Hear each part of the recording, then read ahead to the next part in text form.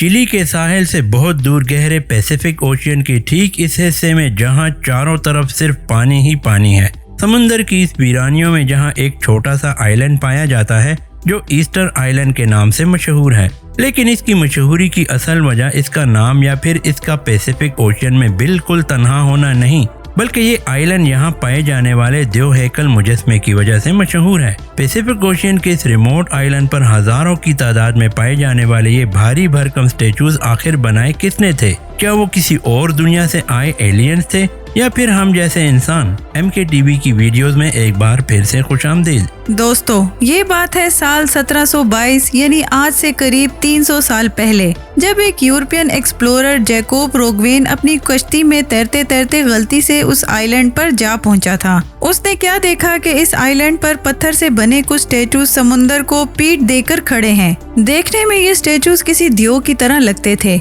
जिनको बड़ी महारत से पत्थर को तराश कर बनाया गया था। जैकोब को ये मंजर काफी हैरान कुन लगा और तभी उसने इस आइलैंड को मजीद एक्सप्लोर करना शुरू किया। पता ये चला कि पूरा आइलैंड सिर्फ चंद स्टेचू से नहीं बल्कि कई 100 स्टेचू से भरा पड़ा है, जिनमें से कुछ खड़े हैं तो कई जमीन पर गिरे हुए भी दिखाई दिए। जिस दिन ये एक्सप्लोरर इस आइलैंड पर आया था वो दिन ईस्टर संडे का था। इसी वजह से इसका नाम ईस्टर आइलैंड रख दिया गया। इस दौर में इस आइलैंड पर सिर्फ गिने चुने लोग रहते थे और ये लोग इस आइलैंड को रापा नोई के नाम से पुकारते थे।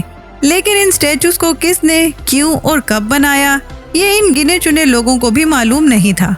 बस उस दिन से लेकर यहाँ आर्कियोलॉजिस्ट और एक्सपर्ट्स के आने का सिलसिला शुरू हो गया। कुछ लोग ये मिस्टीरियस आइलैंड सिर्फ देखने जाते थे तो कई इनके पीछे छुपे राजों से पर्दा उठाने की कोशिश में लगे रहते। पिछले 300 सालों की कोशिशों के बाद आखिरकार अब आर्कियोलॉजिस्ट ने यहाँ चंद ऐसे सबूत तलाश किए जिसको देखकर अब ये कहना गलत नहीं होगा कि हम इस मिस्ट्री को हल करने के काफी करीब पहुंच चुके हैं। ईस्टर आइलैंड समुद्र में इतना तन्हा है कि इसका पड़ोसी पटकेरन आइलैंड यहाँ से 2075 किलोमीटर की दूरी पर है, लेकिन यहाँ पर इंसान भी नहीं बसते। 500 लोगों की आबादी वाला करीबी आइलैंड यहाँ से 2600 किलोमीटर दूर है, जो मैंग्रीव के नाम से जाना जाता है, जबकि ईस्टर आइलैंड खुद चिली के इलाके में आता है और यहाँ से चिली का साहिल भी 3512 किलोमीटर दूर है। आज के दौर में यहाँ पहुँचना सिर्फ जहाज की मदद से ही मुमकिन है, जो चिली से ईस्टर आइलैंड तक पहुँचाने में पूरे 5 घंटे लगाता है।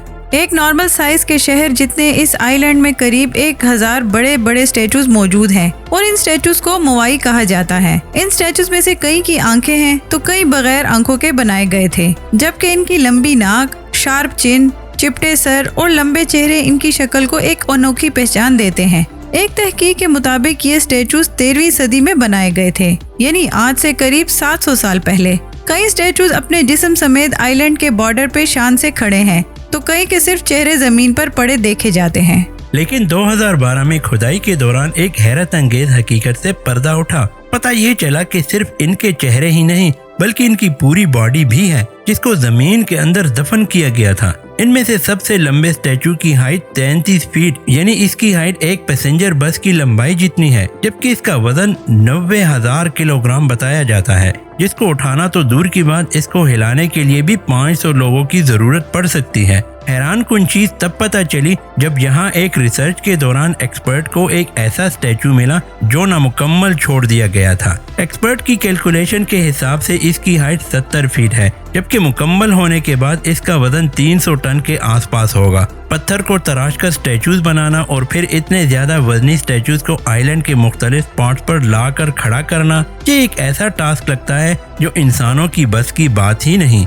लिहाजा कई सालों तक ये माना जाता था कि ये काम स्पेस से आए एलियंस ने किया है, लेकिन मॉडर्न रिसर्च से ये थ्योरी बिल्कुल गलत साबित हुई, क्योंकि साइंटिस्ट और आर्कियोलॉजिस्ट को कई सबूत मिल चुके हैं, जिससे ये बात जाहिर होती है कि ये स्टेचूज इसी आइलैंड पर मौजूद इस आतिशफिशा से निकलने वाले आतिशफिशा राख के पत्थरों से बनाए गए थे। यानी ये काम यही इसी आइलैंड पर रहकर किया गया था। एक्सपेरिमेंट के तौर पर जब स्टेचू की सिर्फ आंख को पत्थर पर तराशने की कोशिश की गई तो इस काम में पूरे 3 दिन लग गए। ये काम एक खास टूल की मदद से किया गया जो पुराने दौर में लोग पत्थर तराशने के लिए इस्तेमाल किया करते थे। एक्सपर्ट्स का मानना है कि फुल साइज के एक स्टेचू को बनाने में 12 मजदूरों की टीम को कम से कम 1 साल लग जाता होगा। यहाँ मौजूद नामुकम्मल स्टेचूज को देखकर ये अंदाजा लगाया गया कि बड़े पत्थरों पर वहीं पर काम करके उसको स्टेचू की शक्ल में तराशा जाता था। ऊपर वाला हिस्सा मुकम्मल होने के बाद इसको पत्थर से अलग कर दिया जाता था। रिसर्च टीम को तराशने की बात तो समझ आ गई, पर अब ये समझना काफी मुश्किल हो रहा था कि इतने वजनी स्टेचूज को आतिशफशां की साइड से कई किलोमीटर दूर आइलैंड के मुख्तलिफ स्पॉट्स तक कैसे पहुंचाया गया होगा। क्योंकि आखिरकार एक स्टैचू का वजन तकरीबन 14 हाथियों के वजन के बराबर था। आज के दौर में भी अगर मशीन का सहारा ना हो तो ये काम करना नामुमकिन लगता है।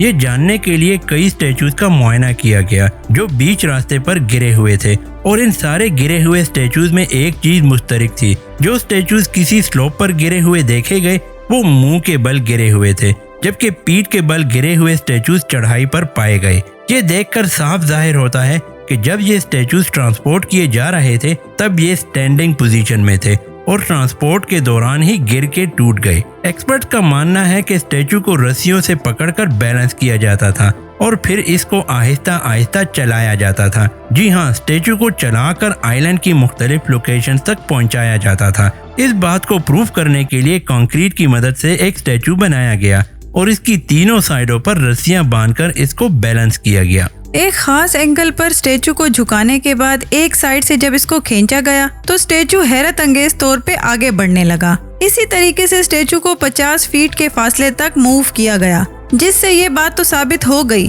कि ईस्टर आइलैंड पर रहने वाले लोग स्टेचूज को इसी तरीके से मूव किया करते थे। लेकिन एक आखिरी मिस्ट्री को हल करना अभी भी बाकी था कि ये लोग कौन थे जिन्होंने 1000 स्टेचूज बनाए, और यहाँ आखिर ऐसा हुआ क्या था कि ये लोग नामुकम्मल स्टेचूज ही छोड़ गए। एक तहकीक में बताया गया कि रापा नवी या ईस्टर आइलैंड पर किसी दौर में 17,500 लोग रहते थे। ये लोग पॉलिनेशियन थे जो साल 300 में इस आइलैंड पर आए थे, यानी 1700 साल पहले। हैरत अंगेज तौर पे तब ये पूरा आइलैंड ऐसा नहीं दिखता था जैसा कि आज दिखता है। यहाँ दरख्तों से भरा एक घना जंगल हुआ करता था और इस बात के कई सबूत भी मिल चुके हैं। ईस्टर आइलैंड से 25 अलग अलग किस्म के पोलन एविडेंस मिले हैं, जिनमें सबसे भारी मिकदार खजूर के दरख्तों की थी। अगर यहाँ इतना ही घना जंगल था तो आखिर वो अब गया कहाँ? रिसर्चर्स का ख्याल है कि यहाँ बड़े पैमाने पर डिफॉरेस्टेशन की गई थी। ऐसा समझा जाता है कि खजूर के दरख्तों का ये जंगल यहाँ आने वाले लोगों के किसी काम का नहीं था, क्योंकि वो लोग फार्मर्स थे।